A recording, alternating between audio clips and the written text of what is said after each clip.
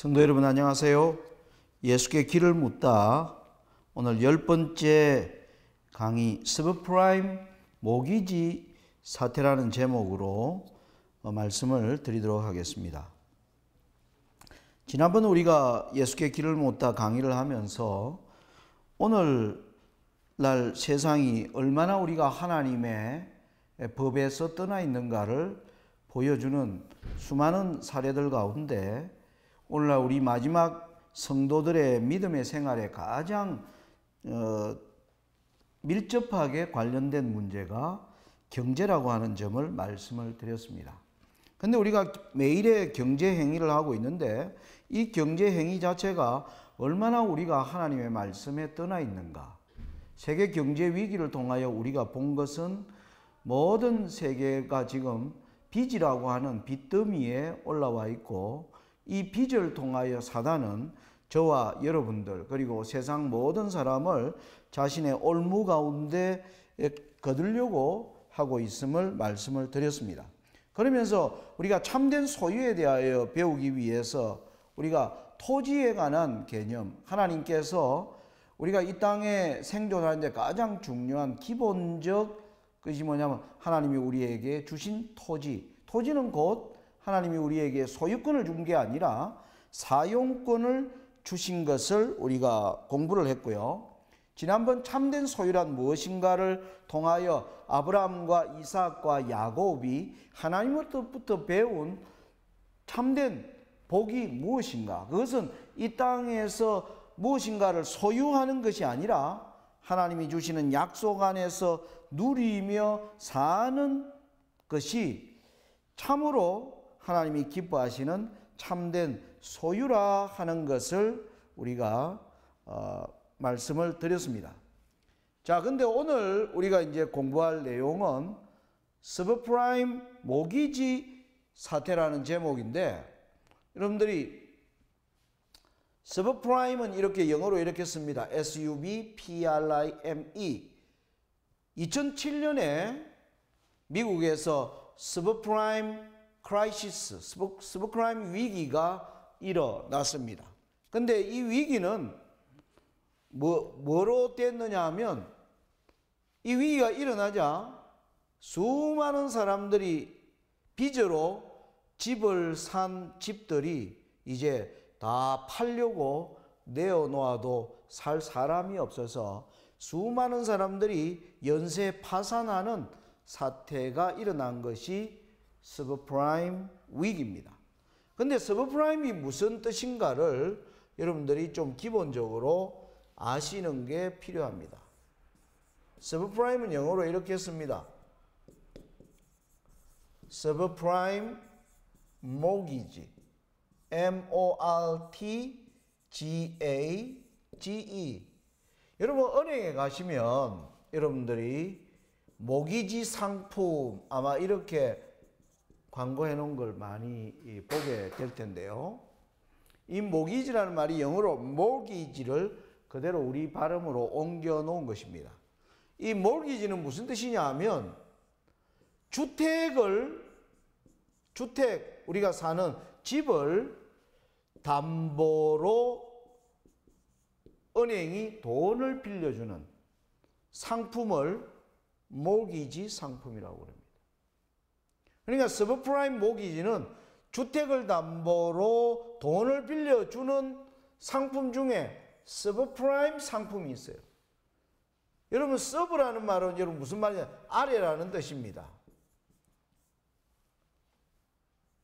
서브프라임은 신용이 나쁜 사람들, 은행에서 볼 때 신용이 좋지 않은 사람을 서브프라임이라고 그럽니다. 그러니까 은행이 돈을 빌려주는 데는 불안한 사람, 떼일 가능성이 있다는 거죠. 원금과 이자를 제대로 갚아내기가 어렵다고 판단되는 사람을 분류해 놓은 것을 서브프라임이라고 그럽니다. 근데 그 사람들에게 주택을 담보로 돈을 빌려 준 것이 미국이 2005년부터 2007년에 이르는 약 3년간 이 서브프라임 모기지로 집을 산 사람이요 1350만 가구가 이 상품으로 집을 샀다고 합니다. 그러니까 엄청난 겁니다, 여러분. 1350만이면 한 집에 여러분 4명 산다고 표현하면 우리 대한민국 인구가 5,200~400만이니까요. 한 가구에 4명으로 치면 약 5,400만. 우리나라 대한민국 국민이 전부 집을 한 채씩 가졌는데 뭐로? 서브프라임 이 상품을 통하여 집을 가졌다고 보는 굉장히 미국의 엄청난 미국 인구는 약 3억입니다. 그러니까 5천만이면 미국 사람의 거의 5가구 중에 한 가구 정도가 이 상품으로 집을 사게 된. 그래서 서브프라임 모기지는 뭐냐 하면 부동산 위기입니다. 자, 아까 모기지가 주택을 사는 거기 때문에 그래서 모기지 상품은 부동산 거래입니다. 부동산 거래를 하는데 특별히 뭡니까? 주택을 자기가 사는 뭐 농사 짓는 땅, 그 다음에 공장 짓는 부지가 아니고 자기가 사는 집입니다. 집을 사는데 이 집을 담보로 이제 은행에서 대출을 받는 상품이 모기지입니다. 그래서 이 모기지 사태는 부동산 거래에서 일어난 경제 위기라는 점에서 지난날의 경제 위기와 성질이 좀 다릅니다. 여러분, 지난날 우리는 이 서브프라임 모기지 사태가 2007년 미국에서 일어났는데요. 그 이전에 여러 차례 여러분들이 경제 위기가 온 것을 알고 있습니다. 여러분, 2000년대 들어와서 아르헨티나 위기, 그 다음에 동유럽 위기, 그리고 또 우리나라 1997년에 동남아시아의 IMF 사태, 그리고 IT 버블로 인해서 또 경제 위기, 각가지 경제 위기가 왔는데 서브프라임 위기는 어디에서 온 위기냐 하면 부동산 거래에서 온 위기고 또 미국에서 일어난 위기고, 이 부동산 거래를 주로 해온 데가 미국의 월 스트리트가 이것을 주도했기 때문에 서프라임 모기지 사태는 부동산 거래에서 온 위기며 미국에서 일어난 위기며 세계의 경제의 심장부인 월스트리트에서 일어난 위기라는 점이 지난날 경제 위기와 좀 다르다, 이렇게 여러분들이 생각할 수가 있겠습니다. 자, 여러분, 2007년에 미국이 이 위기가 왔습니다. 이 위기는 결국 2008년 9월에 그 위기가 온 지 약 1년 이후에 월가의 이제 리먼 브라더스가 우리나라 돈으로 그 당시 약 230조 원의 엄청난 빚을 남기고 파산했습니다. 여러분, 올해 우리나라 예산이 357조 원이니까요. 월가의 한 회사, 월가에서 세계 4위에 해당하는 투자은행이 리먼 브라더스였습니다. 이 회사가 230조 원의 천문학적 빚을 남기고 파산하면서 이제 세계 경제 위기가 폭발적으로 일어나서 지금까지 이 위기가 지금 진행되고 있다는 점을 여러분들이 이해하셔야 할 것입니다. 자, 이 위기가 오자 여러분, 이 사람은 바로 미국의 경제 대통령이라고 알려진 앨런 그린스펀, 이 미국의 FRB에 오랫동안 약 18년 동안 연방준비은행장을 한 그린스펀이 국회 청문회에 나와가지고 증언하는 장면입니다.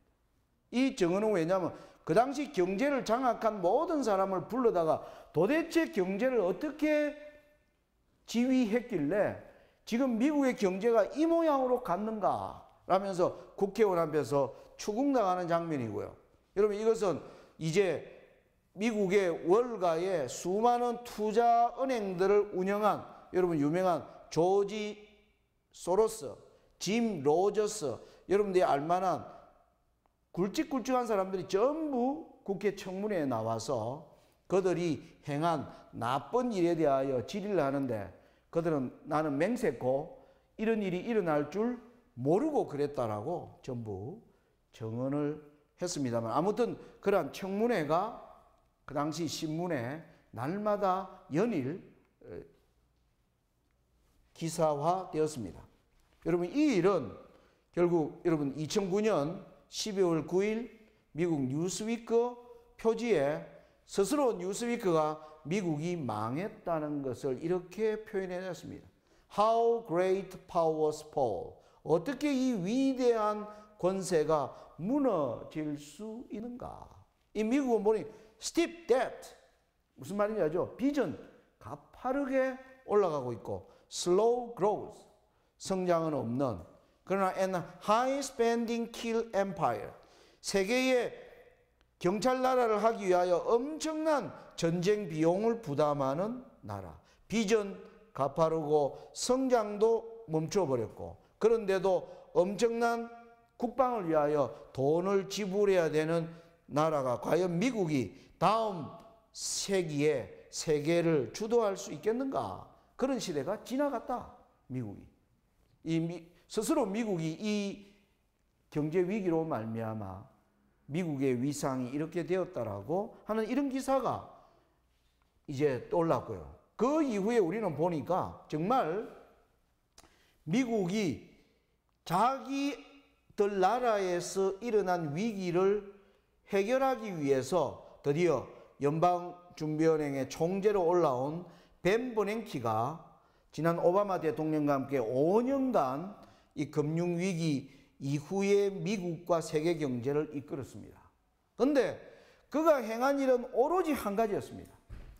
돈을 그냥 찍어서 막 갖다 붓는 방법 외에는 다른 경제정책이 일체 없었습니다. 여기서 여러분 세계가 놀란 것입니다. 미국은 스스로 아메리칸 드림을 얘기하면서 여러분 미국은 이 그린스펀 시절에 앨런 그린스펀은 1980년부터 2006년까지 미국 경제와 세계 경제를 책임진 사람이었습니다. 이분이 있을 때 여러분 소련과 동유럽이 무너져 내렸습니다.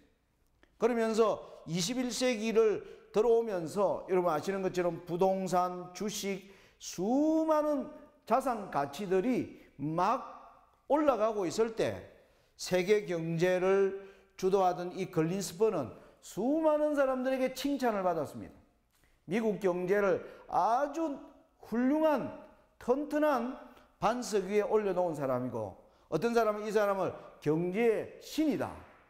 그리고 우리 이 시대의 진정한 경제 대통령이다. 이런 칭송을 아끼지 않는 가운데 이 사람이 행한 정책이 이 사람이 물러간 이후에 미국발 위기가 오면서 드디어 이 노령의 경제 책임자들을 이제 국회의원들이 불러다가 이제 비난하고 조롱하고 하는 이 청문회가 일어나게 된 것입니다. 자, 여러분 우리가 이걸 통해서 우리가 이제 보는 것이 뭐냐면 그러면 미국이 자기들이 잘못한 정책을 해 나가는 데 있어서 이제 미국이 이 경제 위기를 타파하는 방법은 세상 사람들이 더 놀란 것입니다. 자기 돈, 미국의 돈이 달러를 쓰고 있지만 이 달러는 사실 미국 돈이 아니라 세계의 화폐입니다. 세계 기축통화. 미국이 스스로 미국은 세계 경제를 부흥시키고 그리고 세계 모든 경제는 미국을 중심으로 돌아간다라고 자랑하던 미국이 결국은 자기들 경제 위기가 오니까 돈을 그냥 인쇄기에 넣어서 자기들이 이제 돈이 떨어지니까 여러분 가난해지면 현금이 없지 않습니까? 지갑에 돈이 떨어지지 않습니까? 여러분 지갑에 돈이 떨어졌다고 해서 여러분 5만 원짜리를 칼로 복사기에 넣어가지고 칼로 복사를 해서 돈을 쓴다면 여러분 어떻습니까? 그건 아주 심각한 건 감옥에 들어가야 됩니다. 그런데 미국이란 나라는 감옥에 들어가지도 않고 전 세계가 보는 앞에서 QE라고 하는 정책, 우리에게 알려진 양적 완화 정책을 5년 동안 그린스펀이 해온 것은 이 정책이었습니다. 이게 바로 QE 정책이에요. 여러분 QE가 무슨 뜻이냐면 quantitative.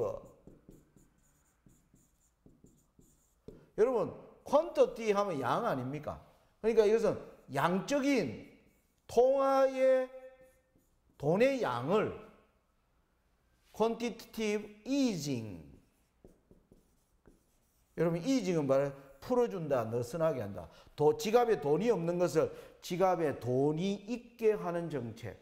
곧 그 방법은 뭐냐 하면 돈을 그냥 칼라 프린트기에 넣어가지고 막 찍어서 자신들의 경제 위기를 해소하는 것을 세계는 놀란 눈으로 보게 된 것이 지금 경제 위기의 본질입니다. 여러분 요즘 한국의 달러 가치가 다시 요즘 출렁이는 것은 바로 미국이 돈을 막 찍었다가 돈을 줘오면서 일어나는 이런 현상들이 지금 전 세계적으로 발생하는 그 부작용이 지금 경제에 나타나고 있다는 것입니다. 자, 여러분 여기서 우리가 이제 생각해 봐야 합니다.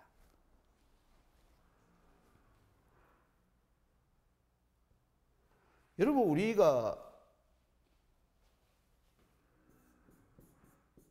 여러분 부동산이라는 거.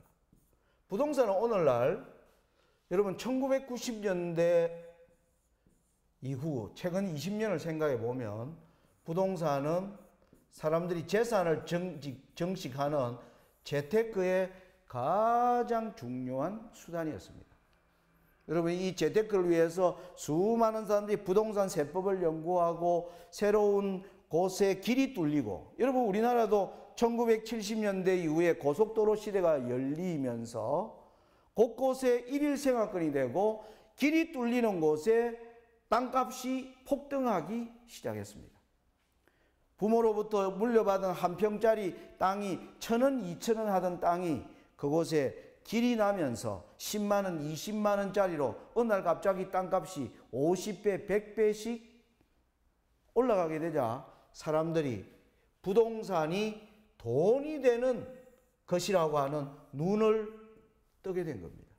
여러분 한국에 지금 돈 있다고 하는 사람들은 대부분 뭐로 돈 벌었느냐 하면 이 부동산으로 돈 번 겁니다. 여러분 오늘날 교회에도 꽤 돈 많은 사람들 대부분이 재산 정책을 뭐를 통해서 했느냐 하면 이 부동산을 통해서 돈을 만든 것입니다.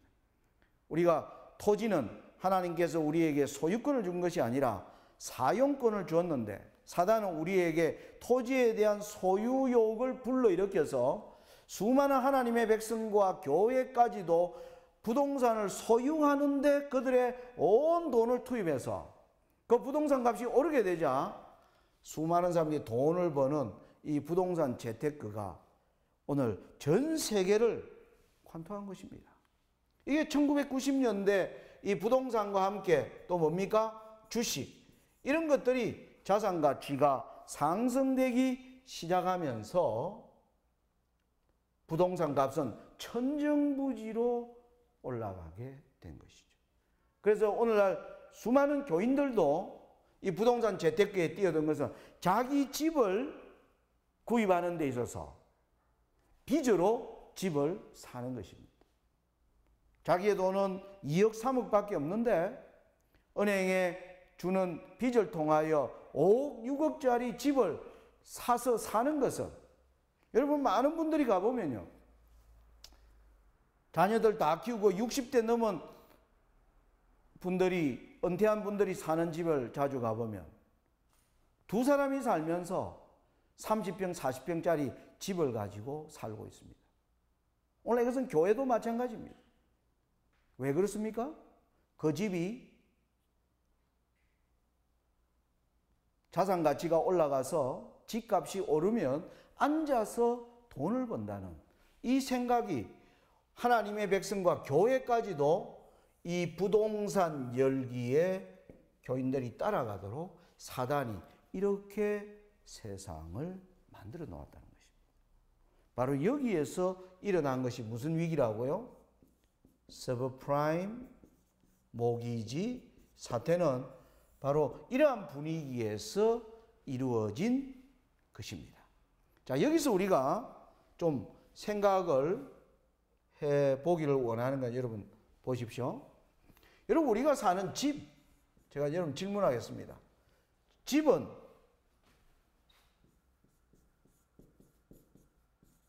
사는 것인가? 사는 곳인가? 여러분, 여기서 산다는 말은 주택, 거주한다는 의미고요. 여기 산다는 말은 매매하는, 사고, 파는 곳인가? 거꾸로 됐습니다. 이게 집이 사고 파는 것인가? 아니면 집은 사는 곳인가? 여러분, 우리가 집의 기능은 뭡니까? 집은 사는 곳입니다. 내 가족이 함께 같이 누워 자고, 같이 함께 기도하고, 같이 함께 밥을 먹는 가족들의 바로 생활 터전이 집입니다.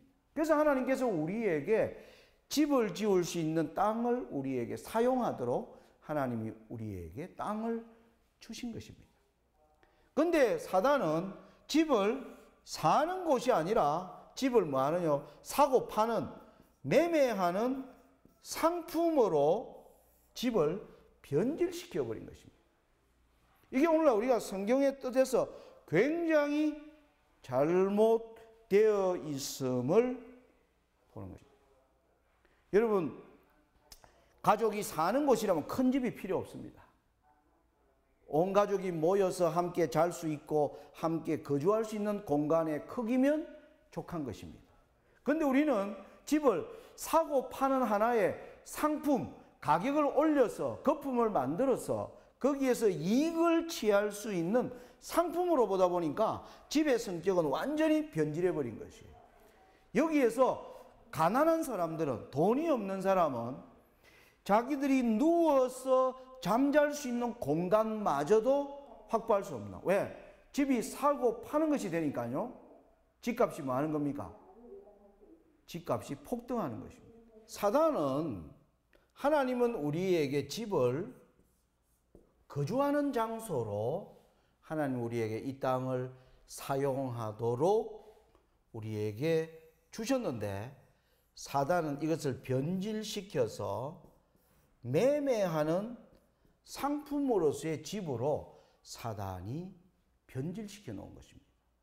그러다 보니까 여러분, 거주하는 기능으로서는 집값이 크게 오를 이유가 없습니다. 그런데 이게 집을 상품으로 만들다 보니까 집 가격이 뭐 하는 겁니까? 천정부지로 올라가는 것입니다. 올라가니까 여러분, 가난한 사람들은 자기들이 누울 자리를 도저히 얻을 수 없는, 가난한 자들은 절망으로 빠지게 되는 이 구조를 사단이 지금 이루어 놓았다고 하는 점입니다. 여러분, 여기서 우리 누가복음 17장을 한번 살펴보겠습니다. 여러분, 누가복음 17장 우리 말씀 보시면 여러분 거기에 26절부터 30절까지, 여러분 누가복음 17장 26절부터 30절을 보시면 예수님의 재림의 인자의 날을 노아의 때와 롯의 때로 설명하는 장면을 보게 됩니다. 그런데 여기에 노아의 때를 설명하는 내용과 롯의 때를 설명하는 내용을 보면 좀 차이가 있는데 그 차이를 보면 굉장히 흥미롭습니다. 우리 한번 먼저 26절과 27절을 읽어 보겠습니다. 노아의 때에 된 것과 같이 인자의 때에도 그러하리라. 노아가 방주에 들어가던 날까지 사람들이 먹고 마시고 장가들고 시집가더니 홍수가 나서 저희를 다 멸하였으며. 여러분, 노아의 때에 사람들의 하나님을 떠나는 것은 뭐냐면 먹고 마시고 시집가고 장가가는 이 일이 하나님의 뜻과 상당히 어그러진 것을 설명합니다. 자, 근데 롯의 때를 보겠습니다. 28절.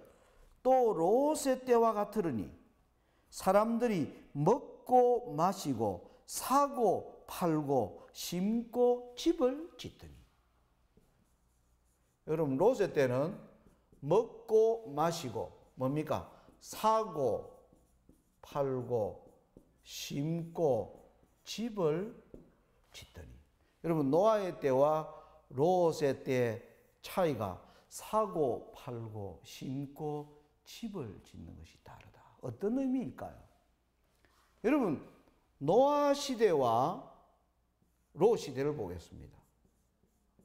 여러분, 여기가 노아 시대는 홍수 이전 시대, 롯 시대는 홍수 이후 시대죠. 여러분, 홍수 이전과 홍수 이후의 차이는 굉장히 많은데 그 중에 중요한 땅과 관련한 차이에서 지구에 노아 홍수 이전에는 에덴 동산이 있었습니다. 하나님께서 친히, 여러분 우리 창세기에 보면 아담과 하와가 쫓겨날 때 하나님이 에덴 입구에 하나님의 화영금을 두어서 생명나무의 길을 지키는 장면을 우리가 볼 수 있습니다. 에덴 동산이 있었습니다. 그런데 홍수 이후에는 에덴 동산이 없어져 버렸어요. 그러니까 노아 이전 사람들은요, 적어도 에덴 동산이 존재했기 때문에 하나님의 존재를 인식하였고, 그리고 하나님이 이 땅을 만들었다는 사실과 하나님이 이 땅의 주인이라고 하는 인식을 노아 이전의 사람들은 확실하게 가지고 있었습니다. 그래서 결코 집을 가지고 사고 파는 이 상행위에 있어서 이런 죄악이 그 시대에는 없었던 것입니다. 그런데 여러분, 바로 롯 시대 소돔의 죄악을 여러분 알지 않습니까?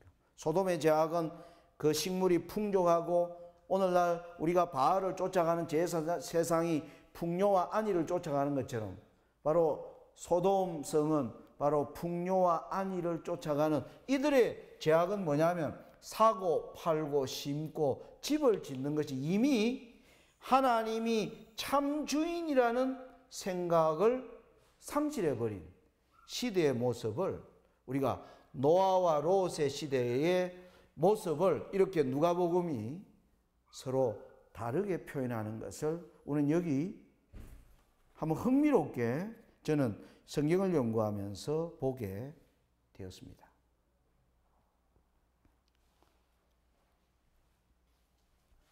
여러분, 이 부동산과 관련한 오늘날 이 죄악은 심각합니다. 아까 말씀드린 것처럼 토지를 자신의 소유로 생각하는 것. 아까 하나님은 우리에게 토지를 소유권을 주지 않으셨다. 우리가 레위기 25장에서 보았습니다. 토지는 영구히 팔지 말 것은 토지는 다 내 것입니다. 하나님이 우리에게 주신 것은 토지는 우리에게 사용권을 주셨는데 우리에게 토지의 소유욕을 우리에게 불러일으키는 것은 하나님에 대한 하나님의 주권입니다. 토지의 권세는 하나님이 가지고 있는데 하나님의 주권에 대한 도전이 되는 것입니다. 그래서 사단이 마지막 때에 하나님의 날이 임하기 전에 온 세상 사람들을 소유에 대한 욕망을 불러일으켜서 우상을 숭배하는 자로 만들어서 하나님의 말씀에 대항하는, 물론 우리는 지난날 알지 못하고 그리는 것입니다. 그래서 모든 사람들을 그러한 자리로 사단이 우리를 인도한 것을 우리는 이해해야 한다는 점입니다. 여러분, 어제 안대희 여러분 아시죠? 최근 우리 국가의 새로운 우리가 세월호 사건이 일어나면서 국가를 새롭게 개조해야 될 필요를 박근혜 대통령이 얘기하면서 새로운 국무총리 후보자로 이제 안대희 예전 대검 중수부장이 어제 기자회견을 하는 것을 저도 뉴스를 통해서 봤습니다. 이분이 예전에 법조계에 있을 때 굉장히 청렴한 분으로 알려져 있는 이분이 최근에 11억이라고 하는 엄청난 돈을 단시간에 번 것에 대하여 한간에 수많은 의문이 있게 되자 어제 본인이 직접 나와서 해명하면서 그가 변호사로서 이 짧은 기간에 이렇게 큰 돈을 번 것이 국민 정서에 맞지 않고 그가 이 돈을 번 이유는 자기가 변변한 집도 하나 없어서 가족들에게 미안해서 가족들을 위하여 부동산, 집을 구입하는데 이 돈을 썼다는 그런 얘기를 하면서 어제 여기에서 번 모든 돈을 이제 사회에 환원하겠다 하는 이제 이런 기자회견을 아마 우리가 보았습니다. 제가 여기서 얘기한 거는 이 시대에 청렴하다고 하는 사람도 어디에 걸려 있느냐 하면 부동산 문제에 걸려 있다는 것을 보여줍니다. 우리나라 장관들 새로 뽑을 때마다 인사청문회 할 때마다 계속 문제가 되는 것이 뭡니까? 집을 사고 거기에 전입과 전출을 해 나가는 데 있어서 탈법, 그리고 어떤 때는 또 탈세, 그리고 편법, 이 모든 것을 동원한 것을 국가의 공직자로 나오는 모든 사람들이 그런 죄에 연루되어 있는 것을 우리 사회가 보여주는 것입니다. 이것은 바로 전 세계적인 현상이었다는 거죠. 오늘날 우리가 이런 상태에 있다는 것을 우리는 깊이 인식해야 한다는 것입니다. 여러분, 세월호 사건이 일어나면서 청해진 해운과 지금 침례교 구원파의 그 유병헌 사장 지금 도피 문제가 계속 있는데 거기에도 계속 일어나는 게 뭡니까? 부동산 투기예요. 그리고 사기치고 횡령하고 탈세했다는 것이 지금 사실 여부를 떠나서 그것이 되자 지금 종교에 대한 탄압이라고 하면서 일어나는 이 교회의 지금 오늘날 정말 부끄러운 자화상의 모습을 우리가 보고 있다는 것입니다. 여러분, 이것이 우리에게 주는 메시지가 뭡니까? 하나님의 교회가 오늘 얼마나 총체적으로 하나님 앞에 지금 우리가 무너져 있는가 하는 것을 우리가 아주 절실하게 오늘 우리의 모습을 보아야 한다는 사실입니다. 또 우리의 모습을, 참된 모습을 하나님 앞에 서 있는 자로서 우리가 하나님 앞에 나가야 우리가 정결함을 입고 하나님의 백성으로 설 수 있는 그 길을 하나님께서 열어 주신다고 하는 사실입니다. 여러분, 우리 누가복음 우리 19장 말씀을 한번 보겠습니다. 누가복음 19장. 거기 보면 예수님이 마지막 이제 예루살렘을 방문하는 예수님의 마지막 십자가에 돌아가시기 위하여 예루살렘을 방문하실 때 예수님이 41절에 가까이 오사 성을 보시고 우시며 가라사대 너도 오늘날 평화에 관한 일을 알았다면 좋을 뻔하였거니와 지금 너 눈에 숨기웠도다. 날이 이를지라 내 원수들이 토성을 쌓고 너를 둘러 사면으로 가두고 또 너와 및 그 가운데 있는 너 자식들을 땅에 메어 치며 돌 하나도 돌 위에 남기지 아니하리니 이는 권고받는 날을 너가 알지 못함을 인함이니라 하시니라. 여러분, 마지막 때에 예수님이 마지막 공생애에 성을 보시며 우시면서 예수님이 하신 말씀은 이 백성들이 그들 앞에 어떤 날이 이르러 올지를 안다면 얼마나 좋을 것인가. 하나님의 백성들이 오늘날 우리가 마지막 하나님의 쟁투를 위하여 어떻게 준비해야 될 것인지를 안다면 얼마나 좋을 것인가. 예수님이 우시면서 운명지어진 도성을 향하여 예수님이 하시는 말씀. 그런데 여러분, 그 다음 절을 보겠습니다.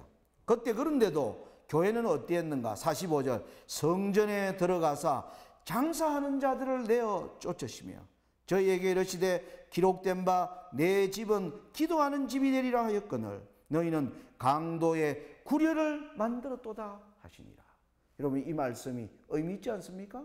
전반부에는 그들의 나를 알지 못하는 그들을 위하여 우시는 예수님이 마침내 하나님의 교회에 들어갔더니 교회는 하나님의 참된 정신에서 떠나서 교회가 강도의 구렬이 되어 버렸다. 여러분, 오늘날 세상이 갖는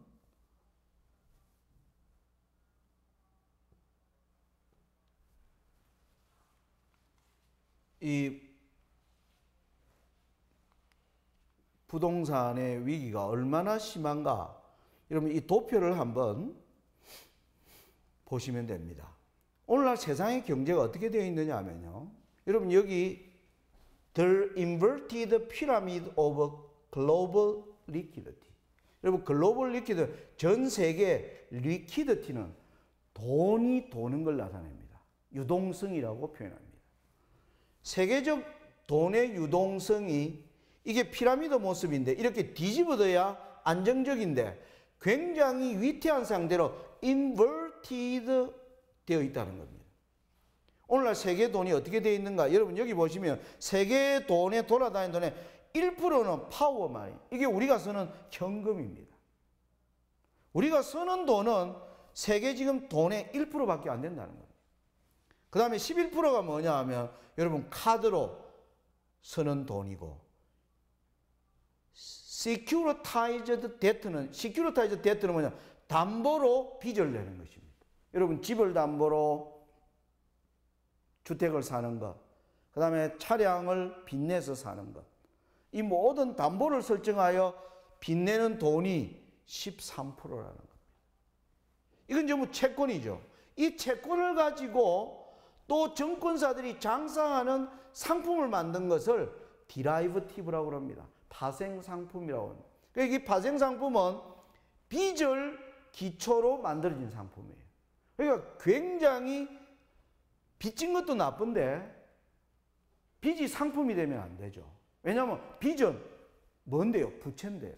사람을 얽어매는 것인데 그것을 포장을 해서 뭐 했다는 겁니까? 상품으로 만들어서 또 팔아먹는 것은 다른 사람이 빚진 올무를 또 다른 사람에게 뭐 하는 겁니까? 그 올무를 덮어씌우는 굉장히 나쁜 상품이 디라이버티브라고 하는 겁니다. 이게 세계 돈의 75%로 이루어져 있다. 여러분 오늘날 경제가 얼마나 타락했는지를 보여주는 도표입니다. 이 도표는 세계 결제, 국제 결제는 Banks for International Settlement BIS 은행에서 발표한 자료입니다. 오늘날 세계 경제가 얼마나 타락해 있는가 하는 것입니다. 여러분 여기에 Securitized Debt 중에 가장 큰 부분이 뭘까요? 바로 집을 담보로 집 사는 거죠. 그게 가장 큰 돈입니다. 여러분 자동차를 사람이 개인이 빚지는 중에 가장 큰 빚이 뭐냐면 주택을 담보로 빚지는 거예요. 그건 억대입니다. 대부분 2억 3억씩. 여러분 자동차를 빚으로 사는 경우에는 수천만 원 됩니다. 그래서 국가 생산경제와 계획경제에서 가장 큰 빚을 자산으로 한 가장 큰 경제는 부동산 경제, 그 다음이 자동차 산업입니다. 그런데 이걸 전부 빚으로 산다는 것이죠. 자, 그런데 여러분 이것은 바로 미국의 데이비드 플래치라고 하는 목사님이 쓰신 책입니다. 레디컬이라고 하는 아주 유명한 책인데요. 이분이 오늘날 성공신화에 매이지 않는 그리스도인, 참된 하나님의 충성된 삶을 살아가는 것이 무엇인가를 설교하고 있는 목사님의 책입니다. 그 책 여러분 163페이지에 오늘날 미국 교회를 이렇게 표현합니다. 오늘날 교회는 하나님의 백성들의 헌금으로 마련된 자원을 어떤 우선순위에 따라 사용하고 있는가? 미국 교회의 경우 매년 예배당 건물에 100억 달러 이상을 쏟아붓고 있다. 건물 유지비로 100억 달러면 10조 원이 넘는 돈을 교회 건물 유지하는 데 쓰고 있다. 그 다음에 미국 교회들이 소유한 부동산 가치는 2,300억 달러. 여러분 이거 우리 돈으로 하면 250조 원입니다. 교회가 엄청난 뭡니까? 부동산을 소유하고 있다는 것입니다. 여러분 오늘날 한국 교회 모습은 어떻습니까? 오늘날 교회가 소유하고 있는 부동산, 수천억 대의 부동산들을 다 가지고 있는 것입니다. 여러분 최근에 서초동에 지어진 사랑의 교회 오정현 목사 3,100억으로 교회를 짓고 약 1,600억을 빚을 내서 그 엄청난 교회를 짓는 교회가 오늘날 얼마나 하나님의 말씀을 따라 정말 예수님의 때와 같이 강도의 구렬이 되어버린 백성들이 하나님께 드린 헌금이 가난하고 참된 주의 복음을 위하여 사용되어야 하는데 그 돈이 대부분 어디에 들어가는가? 교회 건물 짓는 데 들어가고 그 교회를 유지하는데 수많은 돈들이 사용돼 버리는 이것은 우리가 하나님의 참된 백성으로서 오늘 우리가 하나님 앞에 어떠한 우리의 모습이 어떠한지에 대하여 우리는 통회하는 마음으로 하나님 앞에 서야 할 것입니다. 앞으로 우리는 이제 우리가 이런 것들을 제가 보여드리면서 지금 우리의 살고 있는 이 경제가 어떻게 이렇게 되었는지 이제 그 내용들을 좀 앞으로 하나하나 살펴보려고 합니다. 여러분 경제는 결국 돈에 대한 문제입니다. 여러분 돈을 연구하려고 하면 오늘날 세계의 기축통화는 달러입니다. 그래서 달러가 걸어온 길을 우리가 추적해 보면 오늘날 돈이 어떤 기능을 갖고 있었고 오늘 돈이 어떻게 타락했는지를 그리고 또 어떻게 우리가 돈의 노예가 되었는지를 우리는 알게 될 것입니다. 우리가 이어지는 성경 연구를 통하여 저는 우리 모두가 하나님 앞에 서게 되기를 간절히 바랍니다. 여러분 하나님 앞에 우리가 설 때 하나님 앞에 벌거벗은 것처럼 서야 합니다. 그 용기가 없으면 우리는 하나님의 말씀과 만날 수가 없습니다. 하나님의 말씀은 여러분 히브리서의 하나님의 말씀은 살았고 좌우에 날선 검이 있는 하나님의 말씀은 운동력이 있어서 우리의 골과 관절과 골수를 찔러 쪼개기까지 한다고 말씀하시고 그리고 우리를 상관하시는 자의 눈앞에 벌거벗은 것 같이 하나님 앞에 서게 된다. 우리는 말씀 앞에 우리 자신을 핑계할 수 없고 변명할 수 없고 더더구나 속일 수 없습니다.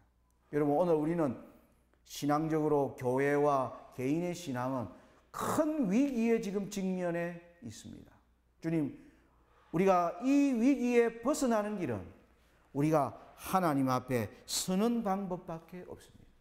하나님 앞에 선다는 것은 하나님 앞에 벌거벗기는 그러한 마음으로 하나님 앞에 서지 않으면 우리는 길이 없다는 것입니다. 하나님은 우리에게 당신의 말씀을 통하여 오늘 우리의 모습을 보게 하시고 그러한 용기를 가지고 하나님 앞에 서는 자들에게 하나님은 자신의 자비와 긍휼의 원칙을 따라 우리에게 살 길을 보여주시는 것입니다. 우리가 이래야 살 길이 있는 것입니다. 우리가 이 예수께 길을 묻다라는 공부를 통해서 오늘 우리의 살아가는 신앙의 모습을 여러분들 하나님 앞에 조용히 우리의 지난날 걸어온 길들을 여러분 하나님 앞에 내어놓고 하나님께서 주시는 참된 길을 따라 걸어가는 우리 모든 마지막 성도님들이 되시기를 바라면서 말씀을 마치겠습니다. 감사합니다.